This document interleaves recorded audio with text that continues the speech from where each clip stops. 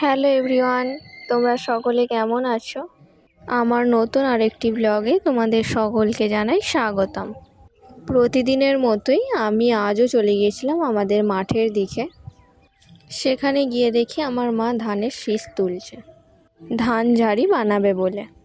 প্রতি বছরই আমরা এরকম ধানের শীষ তুলে ধান ঝাড়ি তৈরি করি এবং সেটিকে আমাদের ঠাকুরের কাছে এনে রাখি। প্রতি বছরই আমাদের এই সময় ধান ঝাড়ি করা হয় এবং গত বছরের যে ধান ঝাড়িটা করা থাকে সেটিকে জলে দিয়ে দেওয়া হয়। কিন্তু এবারে যেহেতু গত বছরের ধান ঝাড়িটা নষ্ট হয়ে গিয়েছিল, তাই মা কাঁচা ধানেই ধান ঝাড়িটা করছে। পাকা ধানে করলে অনেক দিন থাকে, তাই মা বলছে যে এখন কাঁচা ধানে করি, তারপর যখন ধান আবার পাকবে তখন আরেকটি ধান ঝাড়ি করবে, যেটি অনেক দিন যাবে, কারণ এটি কাঁচা যেহেতু এটি বেশি দিন থাকবে না।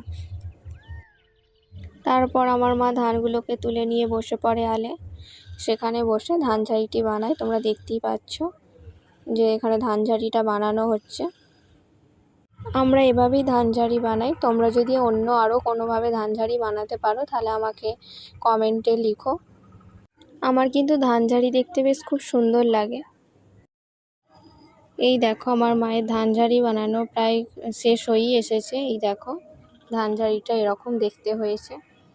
কেমন হয়েছে তোমরা কমেন্টে জানিও এবং ভালো লাগলে আমার ভিডিওটা লাইক, কমেন্ট, শেয়ার করে দিও। চলো আজকের মতো টাটা, দেখা হবে নেক্সট কোনো ব্লগে।